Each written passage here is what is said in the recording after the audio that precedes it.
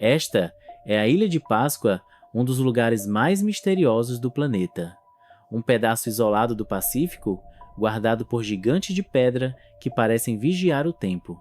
São os Moai, as enigmáticas estátuas de cabeça que, há séculos, observam a ilha com semblantes inexpressivos, voltadas de costas para o mar, como se protegessem o interior da terra de algo que não deve despertar. Durante gerações, acreditou-se que essas figuras eram simples homenagens aos antepassados, monumentos erguidos em sinal de respeito.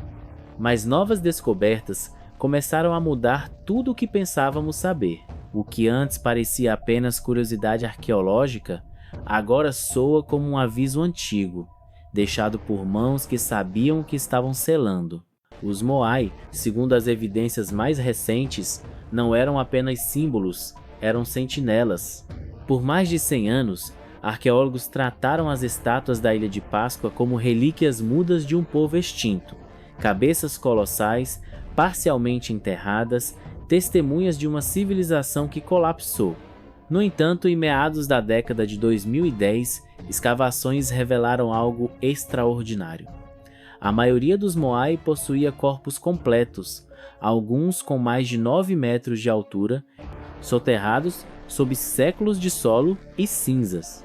Mas esse achado, que já parecia chocante, era apenas o início de uma história muito mais obscura. Nos últimos anos, uma série de escavações trouxe à tona evidências que pareciam desafiar a lógica.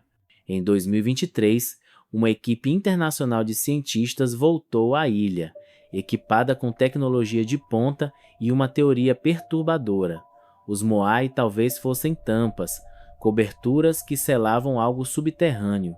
Ao explorar as encostas da pedreira de Rano Haraku, os pesquisadores descobriram túneis escavados na rocha vulcânica, logo abaixo de algumas das maiores estátuas. Os corredores não eram naturais, tinham suportes de basalto, degraus esculpidos e paredes reforçadas, como se alguém os tivesse projetado para resistir ao tempo ou a algo mais. Dentro dessas câmaras, a equipe encontrou disposições cerimoniais de estatuetas de obsidiana, restos de madeira carbonizada e fossos que desciam a níveis ainda mais profundos.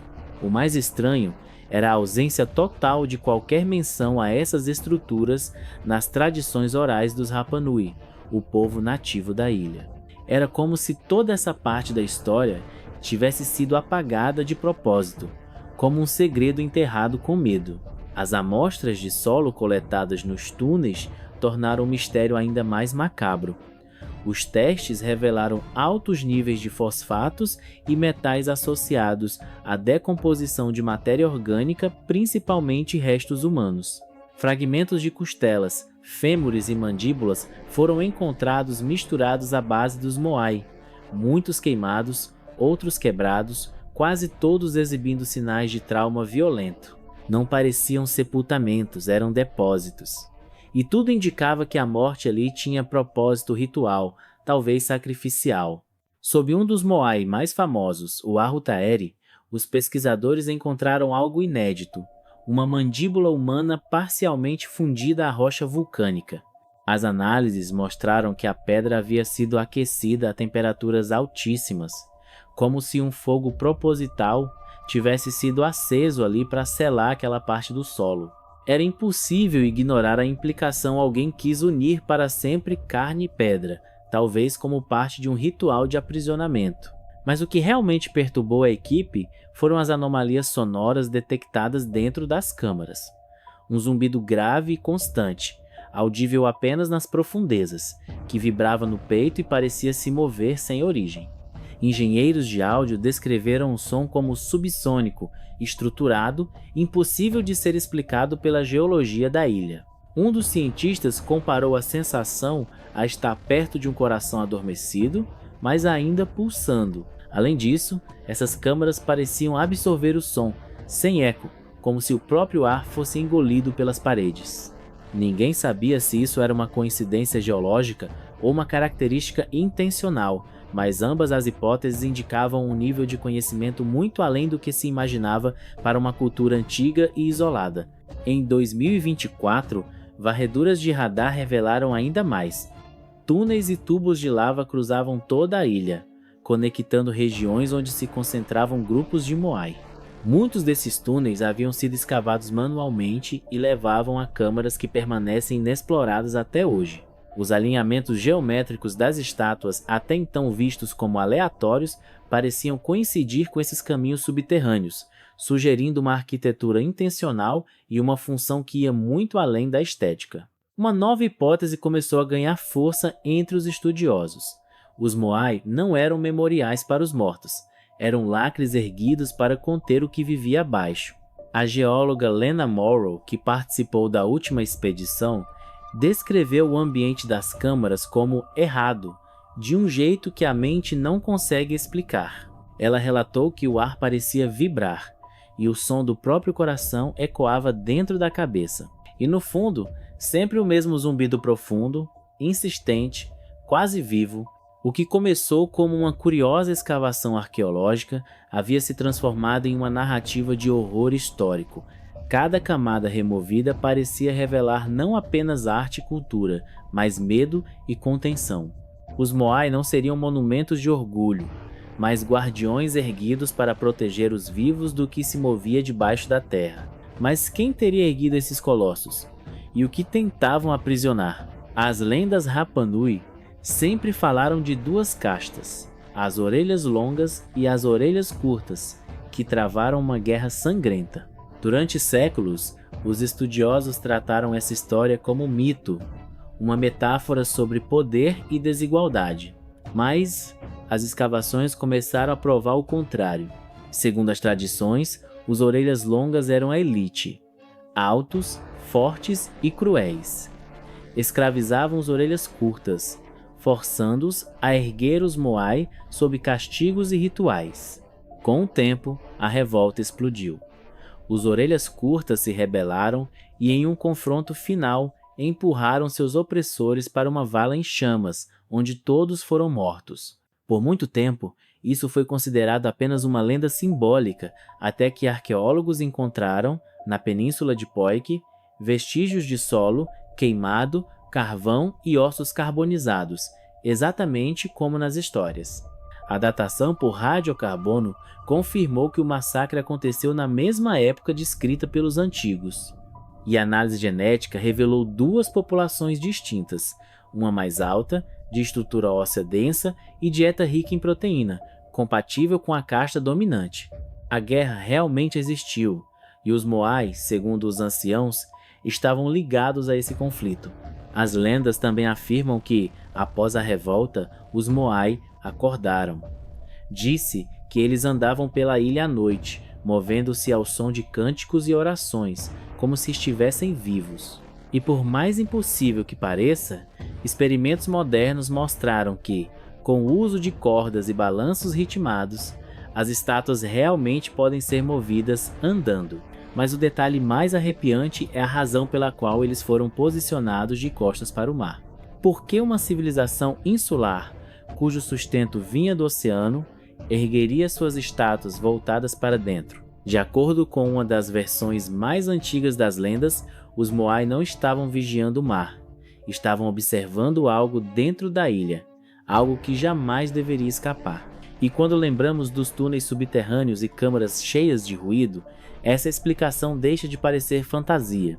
Muitos dos Moai ficam exatamente sobre entradas de cavernas, com sinais de rituais, queimaduras e restos humanos.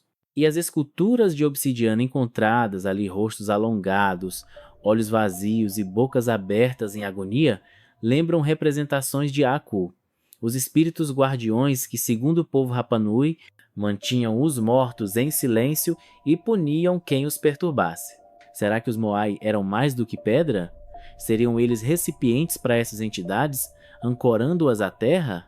Com base nas evidências mais recentes, a linha entre mito e história se tornou quase inexistente. E se os antigos Rapa Nui não estivessem apenas contando histórias, mas deixando avisos? E se os Moai não representassem o poder de quem governava, mas o medo do que havia debaixo da ilha. Com o avanço das escavações, a equipe percebeu algo ainda mais desconcertante. As câmaras subterrâneas pareciam interligadas por um sistema de galerias que formavam um desenho específico, não um padrão aleatório, mas um símbolo. Visto do alto, através de mapeamentos de radar, as linhas subterrâneas criavam uma forma semelhante a um espiral duplo, quase idêntico aos glifos encontrados nas pedras mais antigas da ilha, conhecidos como Rei Miro, o símbolo que representa a passagem entre dois mundos, o dos vivos e o dos mortos. Era como se a ilha inteira tivesse sido esculpida para se tornar um selo, um enorme circuito de pedra e energia espiritual, criado para conter algo no seu centro. Os antigos Rapa Nui, sem escrita formal, deixaram mensagens através de símbolos, e um deles se repetia constantemente nas cavernas mais profundas, um olho fechado, envolto em fogo. Os arqueólogos chamaram esse símbolo de Olho Dormido, e foi aí que os mais velhos da comunidade local decidiram quebrar o silêncio. Durante uma reunião com os pesquisadores, um dos anciãos, chamado Mahaki, contou uma história que havia sido proibida de ser repetida fora das cerimônias. Segundo ele, muito antes da chegada dos colonos, quando o mundo ainda era novo e a noite durava mais do que o dia, algo surgiu do chão da ilha. Não um deus, nem um demônio, mas um espírito faminto, um ser que se alimentava de som, de movimento e de medo. Ele descreveu esse espírito como aquele que se ouve antes de se ver o Aru-Aru. Mahaki dizia que o Aru-Aru dormia sob as colinas de Hanu-Haraku e que cada moai erguido era um tampão, um guardião moldado com o rosto dos mortos que se sacrificaram para selar a criatura. O motivo pelo qual as estátuas olham para dentro e não para o mar é simples. Elas vigiam o sono do Aru-Aru, e o zumbido ouvido nas escavações, segundo ele, era o som do sonho da criatura, o som do que ainda respira no escuro. Os cientistas naturalmente trataram aquilo como mito, mas então, algo inexplicável aconteceu. Durante uma noite de estudo, sensores sísmicos captaram vibrações incomuns, não tremores comuns, mas pulsações regulares, como batimentos. O som ecoava diretamente das profundezas de Hanu-Haraku, exatamente sob o maior moai da ilha. A frequência era tão precisa que lembrava um ritmo cardíaco humano. As medições continuaram por 72 horas, e o padrão se manteve, inalterável, como se algo estivesse acordando. Dias depois, um pequeno deslizamento revelou a entrada de uma nova galeria, diferente das demais. O túnel era estreito, úmido, e as paredes estavam cobertas por inscrições que brilhavam sob luz ultravioleta. As gravações mostraram que os glifos pareciam se mover quando iluminados, como se o próprio basalto pulsasse. E então, bem no fundo, havia uma câmara esférica lisa, perfeitamente arredondada, e no centro dela uma estrutura de pedra semelhante a um sarcófago. O que quer que estivesse ali dentro não era humano. As análises de imagem mostravam uma forma alongada e encurvada, como um corpo em posição fetal, coberto por camadas minerais. Quando tentaram aproximar equipamentos metálicos, os sensores falharam. E um dos pesquisadores relatou ter sentido pressão dentro da cabeça, como se uma voz sem som repetisse algo em uma língua que ele não conhecia. Poucos minutos depois, ele desmaiou e, ao acordar, dizia lembrar apenas de uma frase: "A pedra não dorme." As autoridades locais ordenaram o encerramento da escavação. A área foi interditada e coberta novamente. Mas, claro, nem tudo pôde ser apagado. Parte das gravações e dados vazou online imagens granuladas mostrando o interior da câmara e o estranho som que parecia vir de dentro. O arquivo foi apelidado de O Coração de Haraku e desde então se tornou uma lenda entre curiosos, conspiracionistas e estudiosos de fenômenos inexplicáveis. Alguns afirmam que o som, quando reproduzido em certas frequências, causa vertigem, pesadelos e até alucinações auditivas. Outros dizem que ele coincide com padrões de infrassom, registrados em erupções vulcânicas e abalos tectônicos profundos, como se o próprio planeta tivesse consciência. Mas há quem acredite em algo mais antigo, que a Terra carrega dentro de si presenças que o tempo tentou enterrar, e que a Ilha de Páscoa é apenas uma das muitas portas. Afinal, como explicar o fato de que monumentos semelhantes aos Moai aparecem em locais completamente distintos do planeta? Nas Ilhas Marquesas, há estátuas com traços idênticos. Na Bolívia, nas ruínas de Tiwanaku, esculturas com feições e proporções quase iguais. E até mesmo no Egito, inscrições que mencionam os homens de pedra que vigiam o horizonte, seres que chegaram vindos do mar com olhos voltados para dentro. Coincidência? Ou fragmentos de uma memória global de uma humanidade que sabia o que dormia sob o solo e espalhou sentinelas pelo mundo? O mais assustador é que, segundo registros sismográficos, a Ilha de Páscoa vem emitindo pulsos subterrâneos cada vez mais frequentes nos últimos anos.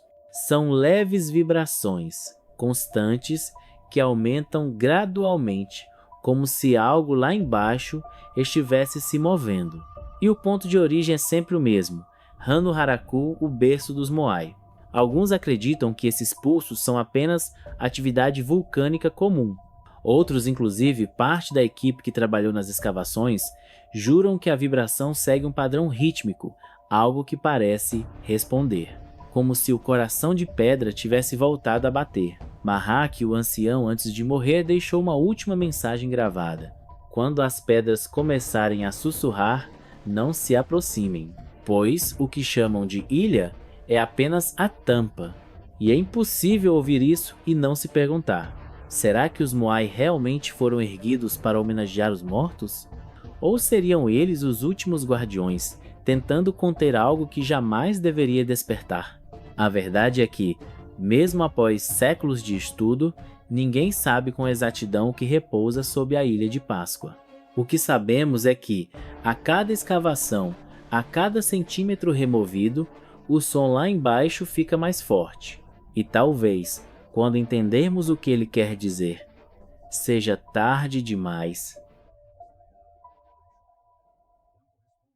Se você ficou até aqui, é porque o mistério também te prendeu. Então deixa o like agora mesmo, isso ajuda demais o canal a continuar explorando histórias como essa. E se ainda não é inscrito, se inscreve e ativa o sininho, porque o próximo vídeo já está vindo e você não vai querer perder. Ah, e dá uma olhada no vídeo que está aparecendo na tela agora, ele é a continuação perfeita dessa história.